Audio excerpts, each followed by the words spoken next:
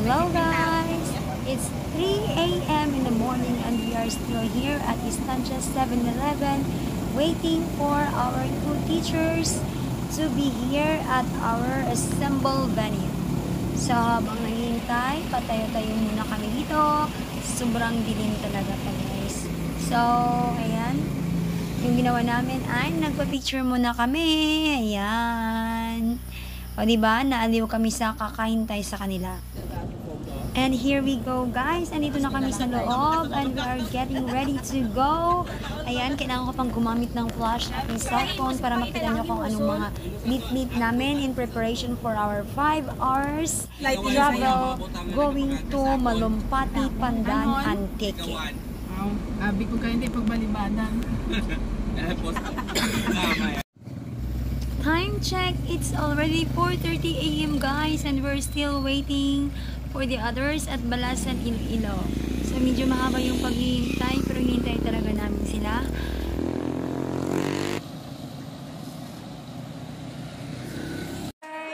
Ayan, maliwanag na at dumating na kami sa Panit and Copies at may naghihintay sa amin na agahan galing sa aming napakagandang kasama na si Ma'am Melody.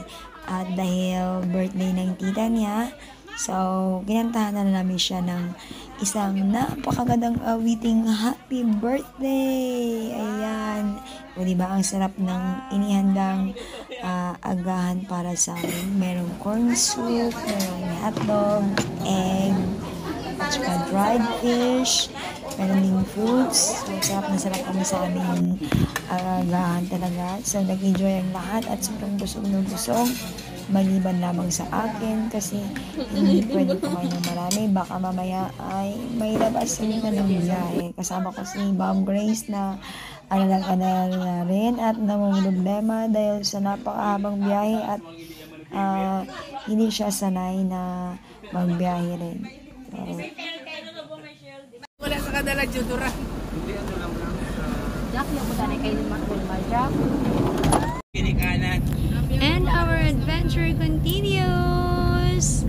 At kung inyong mapapansin, may kanya-kanya kaming diskarte, malibang lamang aming mga sarili para hindi mahilo sa aming mahabang pagbiyahe. So isa na ako dyan kasi nahihilo talaga ako sa mahabang biyahe, lalo na kapag aircon yung sinasakyan ko. So ayan, selfie muna kami para makikita rin naman kami sa video kasama yung aming driver. Why is it black and white? It's the effect. Oo, sige, video ako kanya. Hindi balam kita, di bala.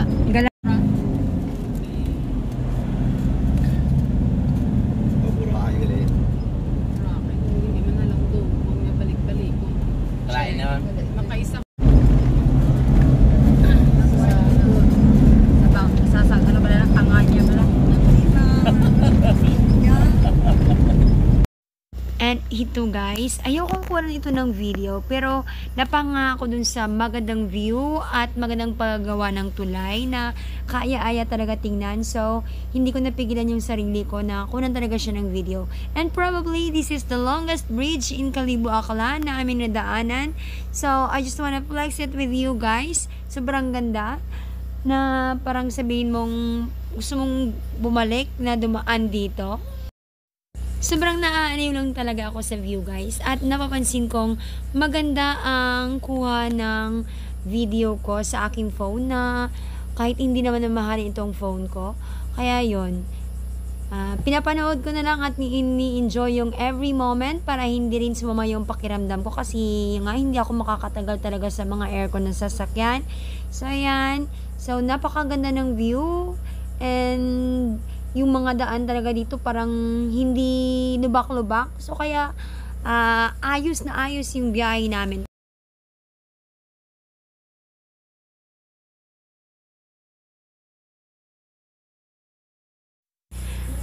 Ayan, habang nag-enjoy ako sa view na nakikita ko sa daan, ito naman yung mga ganap sa loob ng aming sasakyan. Ayan, inaaliw nila yung sarili. Kabuting tawa-tawa sila ako. Ayun, busy sa pag-video talaga.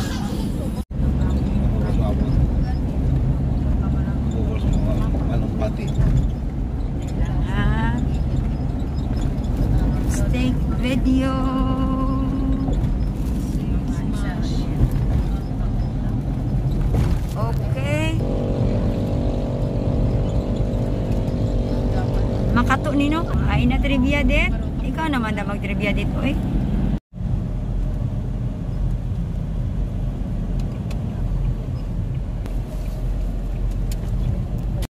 Ito guys, dumaan muna kami sa Willie Falls at Tangalan na Clan. Ayan, kung inyong napapansin, parang matanda na ang lugar na ito. Pero parang fresh na fresh pa rin. At napakaganda ng area. Wala ng entrance fee. So, ibig sabihin, binibigyan na lang ng chances ng may-ari dito yung mga tourist na makita man lang itong area nila. So far, maganda pa rin naman. Ayan. And napapansin ko, very abundant ng tubig ang area nila. So, ayan.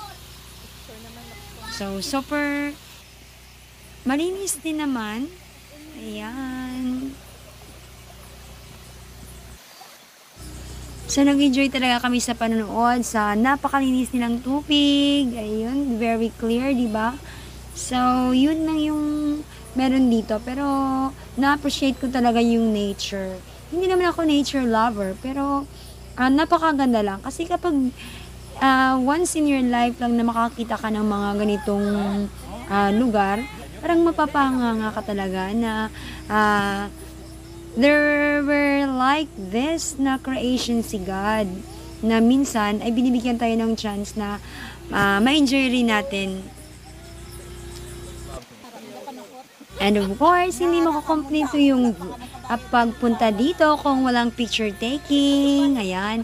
So, habang pinipicture kami sa baba, ako naman ay nagbi-video sa taas. So, di ba?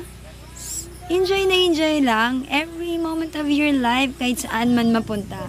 So, pero ang sa totoo guys, masama na talaga yung pakiramdam ko. Pero pinipilit ko lang talagang mag-vlog. Ayan. Approaching Ibahay, Aklan. Ayan. So, malapit na kami sa Antique. And here we go. Welcome, Antique.